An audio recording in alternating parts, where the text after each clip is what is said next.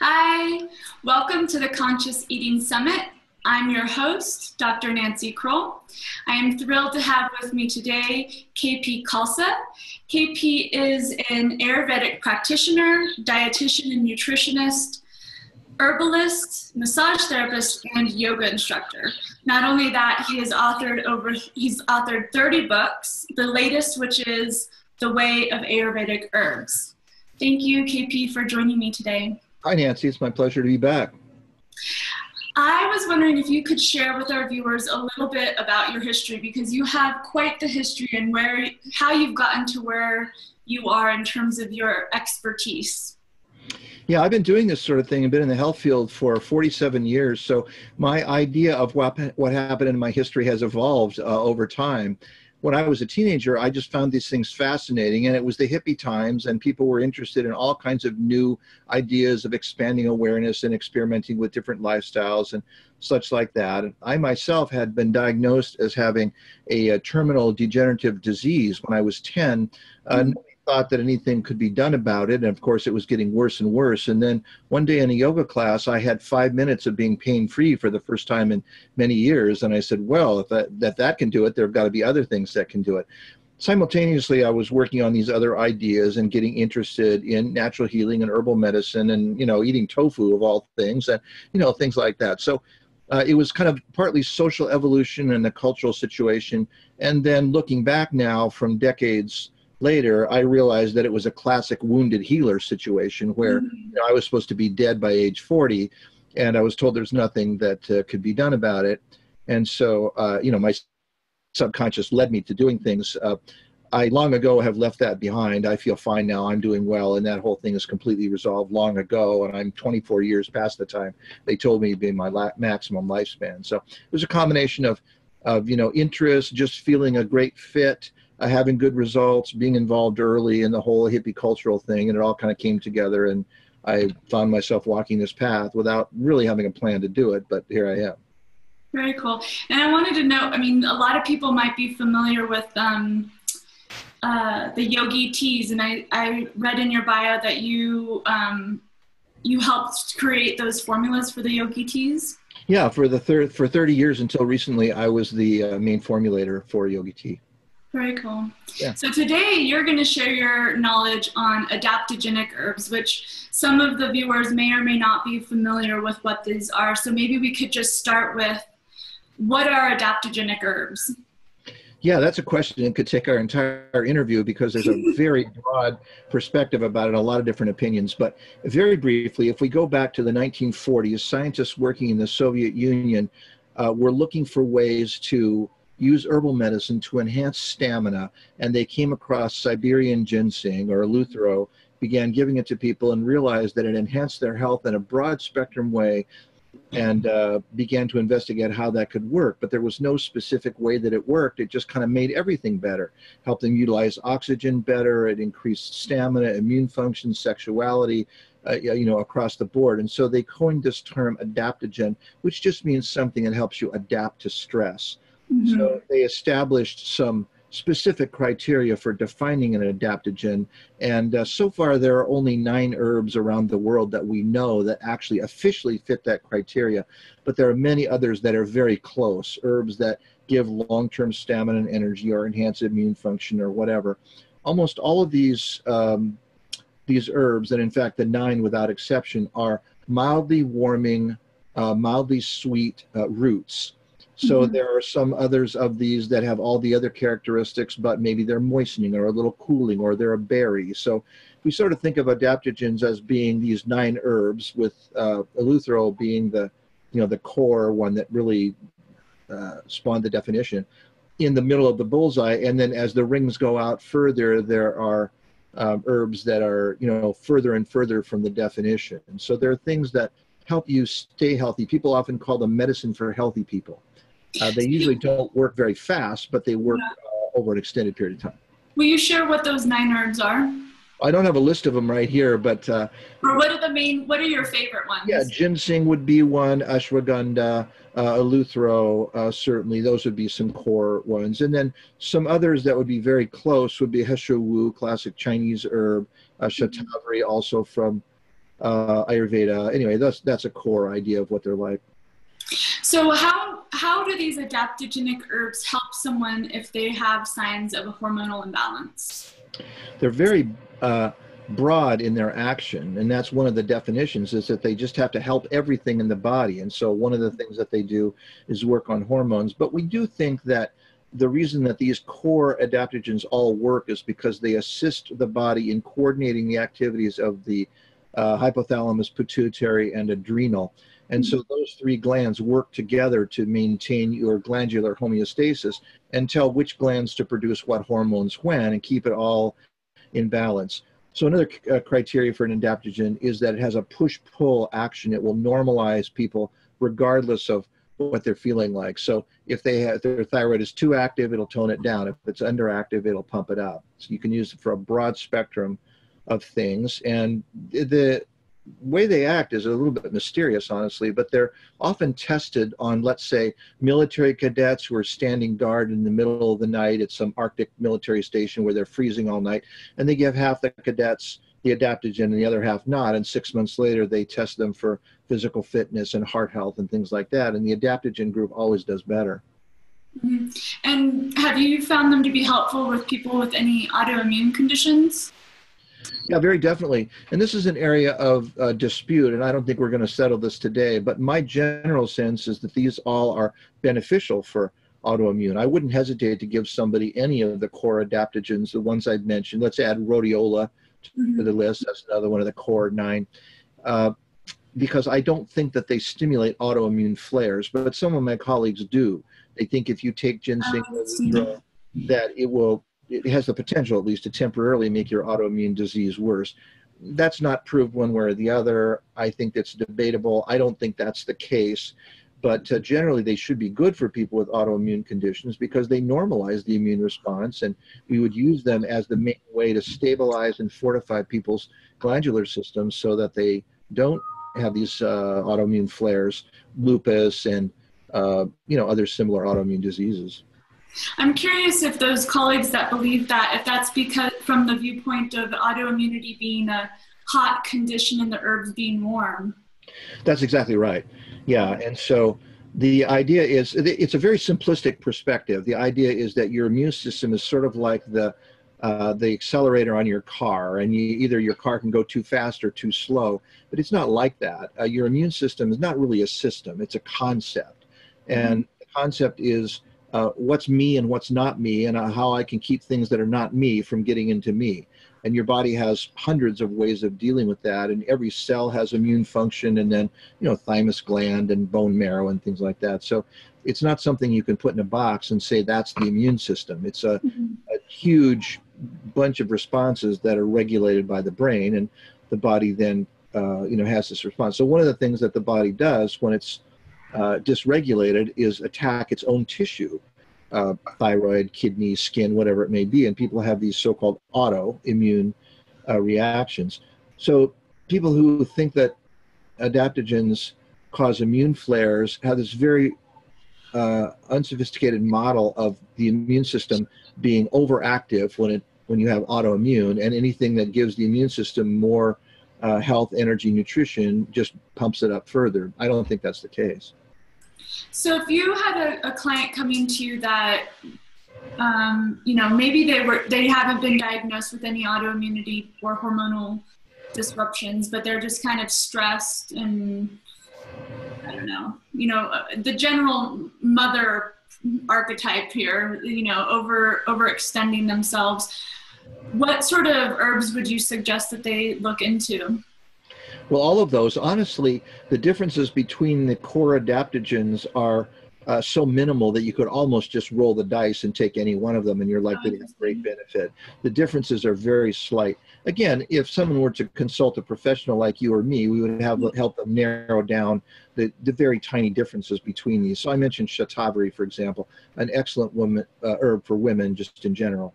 But it's a little cooling. So if you had a person who was exceptionally cold, you might not choose that one. So you could slice and dice these differences down to these little, hair-splitting differences. But bottom line, most people would do much better if they took any of them. And that's the classic scenario, by the way. Most people in our culture, the huge majority, maybe almost 100%, have chronic systemic endocrine dysregulation, where they may not be diagnosable, as you say, with any particular disease like hypothyroid or so-called adrenal fatigue, or, we can't point to a particular gland that's the problem, but all of the glands are not communicating with each other well. Each one has maybe the potential during some time of the day to secrete the proper amount of hormones, but it can't sustain that all day long. And so they're wobbling all over the place, trying to balance each other. They all have feedback mechanisms, all your endocrine glands, with each other and with the brain. So the hypothalamus is screaming at the pituitary to, hey, make everybody do their job. And the thyroid is saying, I'm trying to do my job. I know you're pounding on me, but I don't have anything left to do it with. And so shut up and stop sending me that signal. And the pituitary says, I'm sorry, but we're not doing very well. Somebody's got to pick up the slack. How about you, adrenal glands? And the adrenal glands say, I can do it for an hour, but that's all I've got left in me. And it's like a giant, traffic jam where everybody is stuck and they're doing their best, but they just don't quite have all the juice that they need, to make it happen. So people are energized for an hour and then crash for an hour. And one night they can sleep and the next night they can't. And all the hormonal issues, menstrual problems. And so if you go to any given endocrinologist, you might get a diagnosis of hypothyroid or adrenal malfunction or ovarian hormones of some kind. And then they'll focus on that and use a substitute hormone. So people end up taking thyroid hormone or testosterone or estradiol or whatever it is to sort of, in a brute force attempt to balance these. But really what we need to do is nourish them. And across the board, broad spectrum, nutrient dense, healthy foods and proper lifestyle. And as you said, stress, all of that. And eventually they heal themselves. And the adaptogens are what every single culture except North America, maybe England, has figured out to do. So it's the core medicine of Ayurveda and Chinese medicine for sure. And it just is the big difference between the way everybody in the world lives except us.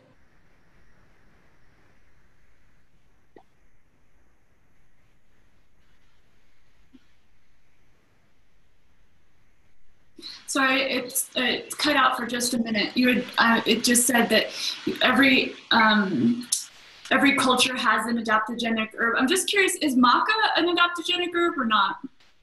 Maca doesn't fit exactly the proper criteria, so it wouldn't be in those core 9, but it very definitely would be. I mean, for all intents and purposes, it's essentially an adaptogen. Yeah, I was just curious. Just depends on how persnickety you are about the details of the definition. Yeah. Do you have a favorite herbal company?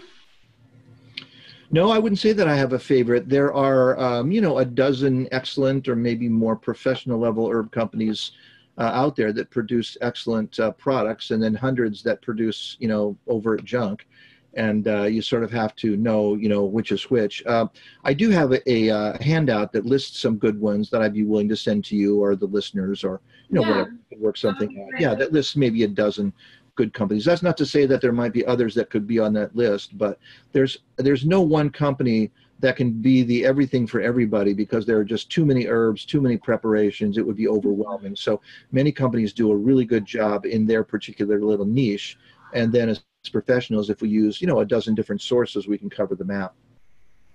Great. And KP, will you have a free gift for our listeners. Will you share that with them? Yeah, this is a webinar on creating healthy habits, and we'll talk about why habits are a problem, what habits you want to change, how you can change them. We'll talk about some natural medicine to help your brain chemistry to do that, some behaviors, some yoga and meditation, a broad spectrum of natural techniques to help you get more in the groove with the way you want to be.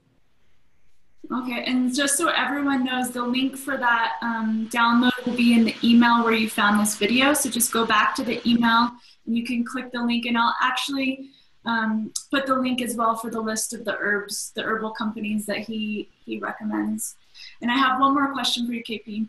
If you could give advice to your younger self, what would it be?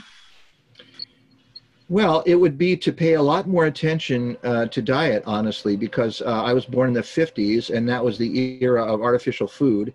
And, frozen TV dinners and processed kinds of things were just getting going. I can remember eating my first Hostess Twinkie, but my brother, who's 5 years younger, can't remember when he ate his first. I mean, it was right on that borderline. And then I grew up until the hippie era, when I started eating soybeans and vegetables. was full of a whole bunch of non-nutritious food, you know, white bread and one sugary thing after another. And it just didn't give me a good foundation. And that was essentially the problem, and why I got that diagnosis was my Yeah. mother was a nurse in the Korean War, and so came back just completely toasted. And then my parents decided to have a child, you know, immediately. They were both, they both had been in the war. A great decision, right? So the most depleted, Reflection of the era. oh man, the most depleted state you could ever be in, and there I was, you know. So so I didn't get a very good start. And then, you know, we were eating this junky food for the first 20 years of my life. And if I could go back, I would say eat some fresh food and, you know, eat a broad variety of nutrient dense foods, and don't take all those drugs. I was made of drugs when I was a kid because my mother was a nurse. So we were very medical, and it was the era of miracle drugs. So every new antibiotic, every new antihistamine, you know, so now we know, not so good. Yeah. Actually, what I love about your personal story is the fact that I feel like you represent what I like to tell my clients is that nothing in life, or especially like in health especially, is like written in stone, you know, like that diagnosis that you were given for a lot of people, that is like that's like a terminal thing, right? Like that was your, that was the path you were on, and that was it, right? Yeah. And I think that we should encourage more people to be open to the fact that you can completely influence your health, and that nothing is that concrete, right? I've seen so many cases that I'm so blessed to be in this field. And I worked with my mentor for 32 years, and he was often called as the last resort. Someone would be sent home from the hospital to die at home. They would say, got one day left, might as well die in his own bed with people. So they'd say, well, nothing could be more worse than that. We'll call Yogi Ji and see what we can do. And he would do some, you know, amazing thing he pulled out of a hat, and the person would start to get a little bit better. And some of those people lived another 5-10 years after that. So my story is nothing. I did have the chance to meet someone with my same diagnosis. One of my colleagues had a patient who was terminal and was dying in the hospital with my same disease. Said, you want to go meet this guy who would have been you? So I went, and boy, you know, the cold breeze blew across my forehead. Really, very much that could have been me, the poor guy. So yeah, it's never too late. And I'm glad I got that diagnosis at age 10, because you can't process that when you're a kid, you know? Yeah, it didn't actually set into your exactly. psyche. Yeah. Exactly. I'm just out of curiosity, what was the diagnosis? Well, the disease was called Scheuermann's disease, which is a very rare diagnosis. It's almost never given in the United States. I had a German orthopedist when I was a kid, and he knew about this condition, but it's a degenerative condition of the spine. My spinal vertebrae were turning to Swiss cheese, and it's usually handled by cutting the spinal nerves, and one by one, until you no longer have any feeling in your nervous system. Yeah. Well, I'm so glad that you were able to find, you know, it's also interesting to me because I feel like, you know, as you mentioned, the wounded healer, some people that might have gone over their head, but, you know, in many ways, you are the person. Just touching base. Hold on, I'm turning this down, sorry. And I apologize. Okay. Everyone's life happens, right? You're very much the person that you are because of that illness. You know what I'm saying? Like you became the seeker as a result. And I think that's, you know, really amazing, because now you've been able to help so many other people. Well, I mean, in my case, it was very indirect. You know, my clients often say, I'm just real sick and I just really want to do anything to get better, you know. And I had, in a way, the blessing of there was nothing else to do. There was no more medical practice, and natural healing didn't exist yet here, really. So try anything. And the things we did, you know, almost 50 years ago are so antiquated now. It's just amazing the changes that we've gone through. And so I did things, you know, slow, tedious processes that might take 9 months to do something we can do in 9 days now. None of the herbs that I mentioned earlier existed for us then. You know, really, really basic. But slowly but surely it worked out. Awesome. Well, thank you so much for taking the time and sharing your wisdom with me. Always my pleasure. And everyone that's watching, I want to thank you for joining us, and make sure you check your inbox tomorrow for the next interview. Bye.